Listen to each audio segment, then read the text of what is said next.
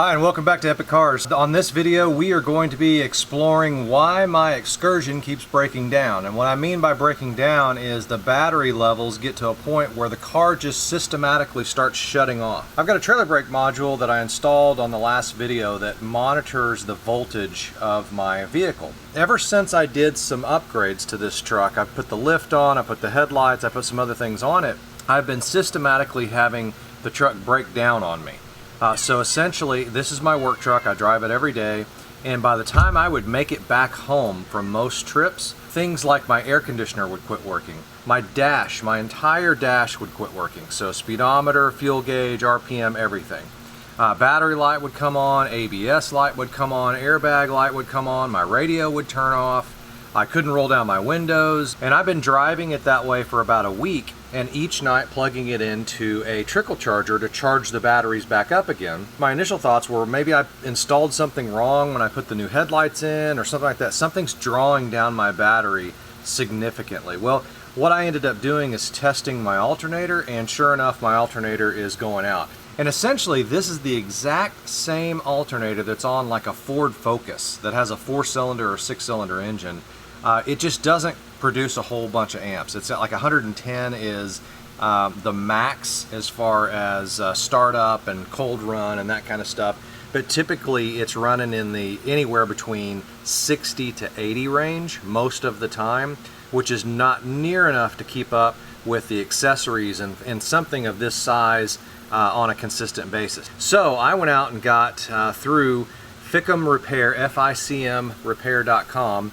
Talked with a guy on there who knew everything about the issues, and man, he hooked me up. So like I said, I've got a voltmeter inside on the trailer brake controller I installed, and I could sit there and watch it go from, like, at startup I'm at 12.6, something like that, and then it goes up to 13.9. It never got into the 14s. And then as I'm driving, it literally sits there and goes down and down and down, like 0.1 at a time. So by the time I would make it to the project, I would start off at about 13.9, and it would probably end up at around 12.2. Then I would let the car sit there all day and drive home. So I'm starting off at like 12, which is about 50% battery charge if you're at 12 volts on your batteries. And so it would systematically then just go down and down and down and down and down. I mean, it would go 11.9, 11.8, 11.7 to where I would get down to 10. And at 9.9, things like airbag lights come on, ABS lights come on. When I got below 9.2, like down into the upper 8s, things like my radio would quit working, and so it would just kind of systematically start shutting off. What happens is the alternator just cannot keep up with the amp draw as this vehicle is running with the AC on, the radio on, lights on, things like that. One night I was coming home and I turned the lights on, my headlights on. Car just died. It just literally just died as soon as I put the headlights on, because it needs the voltage to run the computer and run the injectors and things like that. Just shut the engine off. I got my voltmeter out here, and I'm going to hook it up to the battery terminals, and sure enough, I've got right now 13.09. Well, I've been running the vehicle a little bit this morning, and interesting to know that I had it on a trickle charger all night, and when I started out this process this morning, I was running like 13.29. Now I'm down to 13.08. It just went down a little bit more. So I've got a little bit of a draw on it. There's a security system, I've got my USB port, things like that, but not enough to really discharge your battery. You got to remember, both these batteries are in sequence. So I can go over to this other battery on the other side here, and they're both connected to each other, so they should be kicking out exactly the same voltage, which they are, 13.08. So when you first start up the truck, it's going to go from, say, 13.08 or something like that. It's going to kick it down to probably around 12.6, 12.5, 12.4. It may even get down as, as low as 12.2, depending on how fully charged your batteries are. But then after about a minute or so, it's going to kick back up. And it should be kicking out a voltage somewhere in the range of like 13.5 to 14.5. Let me turn on the truck and I'll show you what happens. Okay, so I'm at 12.24, 12.25. Remember, I started out at 13.08. My glow plug is still probably working. There's still voltage being sent to that glow plug. We'll sit here and just keep monitoring it until it kicks back up again. Okay, now something kicked off. 1304, 1308, 1318, 1322, 25. So now my glow plug kicked off. Now my voltage is raising. So it went from 12.2, we're up to 13.6, 13.7. So there still is charge coming from my alternator. The problem is it's going to max out at some point, and it's actually going to start going down. I have no accessories on. I've got my air conditioner off, my radio off, everything inside. 13.85 is where I'm staying, 13.86.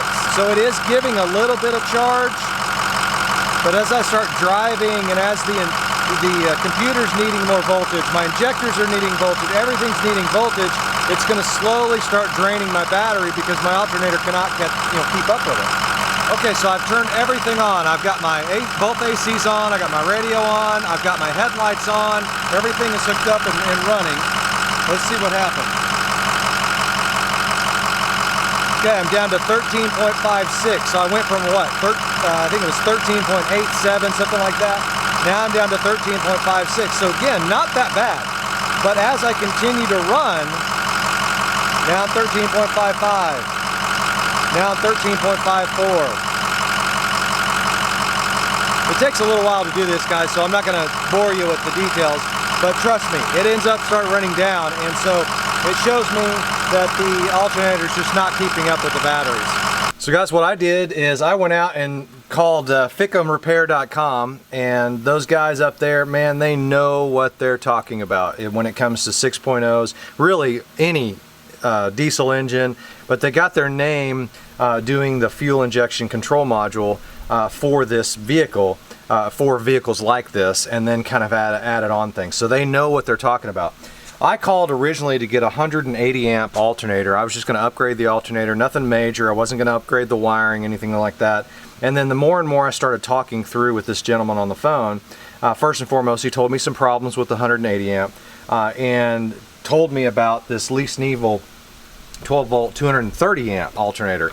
And because I'm going to be adding things like a winch, I'm going to be adding things like LED lights and spotlights and, you know, little refrigerator in the back if I go camping, things like that, felt like I needed the increased voltage for this kind of vehicle. So in this box, this looks like some sort of installation pole set or something. I don't know what it is, but I'll read the directions. Then, wow, look at these suckers. I upgraded the cables. I got the deluxe cable kit, so they're the big cables. They're going to be able to handle this voltage and amperage going through it. So I've got to install all that. And then ground straps, things like that, increasing the grounding capabilities of the vehicle. You're going to be leaving the actual existing grounding strap going to the frame that's already on the vehicle on this side, but we're going to be adding another ground strap to where it is a really robust grounding system for this upgraded system in general. Okay, so here is the Mac Daddy. It weighs a ton, but you got this Mac Daddy on here and it is going to make it hum. I should never be below 12.6. 12.6 volts is essentially a fully charged battery. 12 volts is essentially, and it sounds funny that you only go down, you know, half a volt, so 12.6 to 12, and that's a 50% charged battery. So, you know, dropping below 12.6, 12.5, 12.4 is not a good thing. It's your batteries are being decharged all the time and then having to charge back up, and that'll decrease the life of your battery. So you want it to stay at a very consistent voltage. Well, this thing's going to do it. So you're going to see this process. It's relatively easy. It's not that big of a deal. Probably a couple hour job. Mainly, you know, switching out the alternator is no problem at all because it's right there on top on these power strokes, which is great. Probably the biggest job and what's going to take the most time, just because I have to remove some things as I go, is setting up the new cable system. The other thing I did, and I do recommend doing this, is I went ahead and got a new Serpentine belt in the process. This truck's got 87,000 miles on it. I don't believe the Serpentine belt has ever been changed on this, and so while I'm already having to, you know, do the tensioner to get the alternator off and get the belt off the pulley and all that good stuff, I thought it would be a good idea. Some of this shroud and the air box and things like that's got to come off anyways for the wiring. I might as well go ahead and change out the Serpentine belt. There's like 7-8 pages of directions here, so not a big deal, but it's something that we got to take step by step to make sure it's done right and I don't short anything out. And look at this. Ooh, baby. It's a nice looking job right there, and more importantly, made in the USA, boys. So none of that cheap Chinese crap. Okay guys, so as with any project that you're doing on your car, especially if it's an electrical project, go ahead and disconnect the negative battery cables on both batteries. Take those off. Okay, remove the belt from the OEM alternator. We're gonna do that, but first I'm gonna kind of get some things out of the way because I'm gonna actually be changing the overall serpentine belt, like I said. Okay, so I'm looking at the top of the engine down, right at the front. Basically, I took the shroud out, it's right over there, and the next thing I did was I disconnected this other shroud that goes around the fan blade itself. I'm starting to understand why mechanics charge so much, because on these newer vehicles you got to take so much of this plastic stuff off just to get to the job that you're trying to do. It's ridiculous. It takes an hour just to do that stuff. I'm trying to figure out if I actually have to take off the fan blade to put the serpentine belt on. I don't think I'm going to have to if I'm really careful. It would definitely make the job easier as far as routing it, but I'm going to try doing it without taking this off in the fan blade and just see if I can get that far. Next step is I'm going to go ahead and take the alternator off because I'm going to go ahead and release the belt. Okay, so I went ahead and took all the shrouds and stuff off, or at least got them loose. I took one of the shrouds out as I showed you earlier, and then got the other shroud, what I'm going to call, I took the outer shroud off. The inner shroud is actually still there, and the fan blade is still actually connected to the truck, and went ahead and took off the serpentine belt. It's pretty amazing. Again, you just don't think of these things when you're kind of going through the process. But look how big this serpentine belt is. I'm 6'3", guys, and it's all, you know, it comes up to here on me. It is a big belt.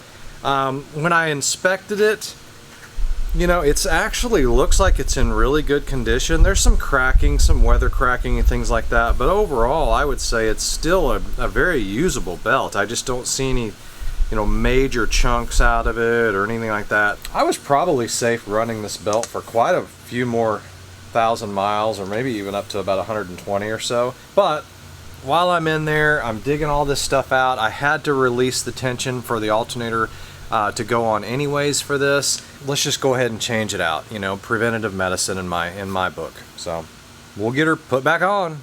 This is probably the hardest part of this entire project so far, has been taking the shrouds out, and of course now going to be snaking this thing back on and just making sure you got it all in there, because it's going to take some time, but we'll get her done. Look how much bigger the new alternator is compared to the old alternator. Another thing I noticed while I was taking off the alternator is, check that out. I don't know if you can see that. Something's been chewing on my wires, and it's right there at the end of that boot, and they chewed off some of the insulation right here. That could be part of the reason why I was having the problems that I was having, is because a mouse or something got in here and started chewing that off. So I'll just tape that up real good, make sure it's not going to arc anymore or cause any kind of loss of voltage coming out of there, and hopefully it kind of helps me with my problems. So guys, I'm going to go ahead and fast forward through the remainder of the install on this, because it's fairly straightforward. Just follow the directions and you're no problem, and there's no sense wasting your time and showing you how to do all that. So we're going to go straight to the results. Okay, so I'm showing you startup on this new alternator. Let me get it down to where it shows the voltage. So right now my battery's been sitting all night. I haven't started it or nothing. It's 12.4, which is pretty good. And let's start her up. So glow plug is now engaged. Went to 11.2, 11.3, 11.4, 11.5. Now we're pumping up. Alternator started. 12.3, 12.4. And glow plugs and all that other stuff should be popping off here in a little bit. AC's going. I'm actually going to shut it off so it doesn't mess up our sound. Okay, now we jump back up to 13.3, 13.4, 13.5, 13.6, 13.7, and I'm just sitting here at idle right around, probably 700, 800 RPM, 13.9. Now we're at 14, so you can see it's working great. So guys, here's what we did. We put a new alternator on. I put a new serpentine belt on. I put the upgraded 1/0 and 4/0 wires for the positive and negative cables. And so essentially, The hardest part of this job, to tell you the truth, was probably getting this stuff out of the way and getting that airbox out of the way. The whole entire job really wasn't that hard, but the hardest part of it was kind of the plastic stuff, getting it out of the way. This was easy, came 3 bolts on and off. Serpentine belt was a little tricky because you just had to make sure you had it going the right way and it was lined up properly, but it sure made it a lot easier with these shrouds. At least this shroud out of the way and this shroud was loose to get that on. And then really it was just routing wires and just making sure that it's not hitting anything, going to get broken or chafed or something like that and cause a problem. And then just setting things up. So we got 4/0 wires coming off the alternator, so I got a new ground going to the frame on the passenger side, and I've got the power coming up to this first battery. Then I've got a 1/0 cable going from the first battery over to the second battery on the driver's side. Then over here on the driver's side, I've got the 1/0 coming from the other side, coming over into the positive, and then I put in a new ground strap that actually goes over the airbox. I really don't like the way this is set up right now. I had actually put the airbox back on and was trying to figure out how I was going to get this extension over the airbox because it just didn't quite fit with just the first cable that's going to the engine block, the front of the engine block. And then I ran across the second one that they had included in the kit, and I was like, oh crap. But I'd already put all that back on, so I was like, ah, screw it, I'm just going to leave it that way. So it kind of does this little bridge over to down to the negative. This goes directly to the front of the engine block, and like I said, the other lead goes directly to the front. So I'll change this around, like I just got to pull out the box and put this underneath and put the box back in. But just mainly wanted to see if it was up and running good, and sure enough, it works great. So my suggestion out of this on a scale of 1 to 10 as far as hardness or toughness, I would say it's probably a 3. Guys, I would say do it. It's a lot of money for an alternator. It's a lot of money for the upgraded cables and things like that. You can go get a cheapy replacement at AutoZone or O'Reilly's or something like that. But for the dependability and the ability to upgrade the system after it's done, man, I can't go wrong with this alternator. So reach out to fickhamrepair.com and they'll walk you through this whole process.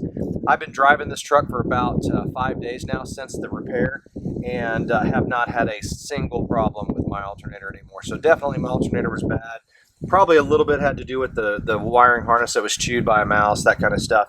I taped that all up, but so far so good. I have no problem at all with my battery staying charged now, so I would say go get it, and go get it today if you're having alternator problems. Or like I said, if you're not having alternator problems but you're wanting to upgrade your truck, you're going to spend probably $100, $150 on a new alternator anyways, so why not put the money into something that's going to be an upgrade for your truck?